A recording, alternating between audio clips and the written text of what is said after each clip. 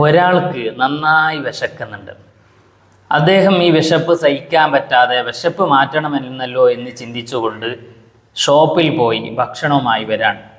ഭക്ഷണവുമായി വന്ന അദ്ദേഹം ഭക്ഷണം കൊണ്ട് വീട്ടിലെത്തിയപ്പോഴാണ് തോന്നുന്നത് ഇത് പോരാ, ഇനിയും വേണം. കാരണം ഇനിയും നമുക്ക് ഇത് കഴിഞ്ഞാൽ ഇനിയും വിശക്കാൻ സാധ്യതയുണ്ടല്ലോ, അതുകൊണ്ട് ഇനിയും വാങ്ങണം എന്നുള്ള ചിന്തയോടുകൂടി വീണ്ടും പോവാണ്.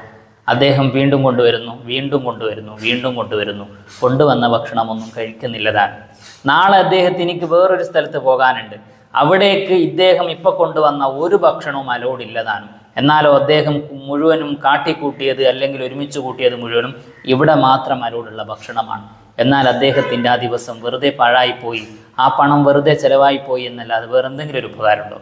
അതുപോലെയാണ് ചില മനുഷ്യർ. ഒരുപാട് സമ്പാദിക്കുന്നു, നാളെ വേറൊരു സ്ഥലത്തേക്ക് പോകാനുണ്ട് എന്നുള്ള ചിന്തയുണ്ട്, പക്ഷെ അവിടേക്ക് വേണ്ടി ഒന്നും ഉണ്ടാകുന്നില്ല.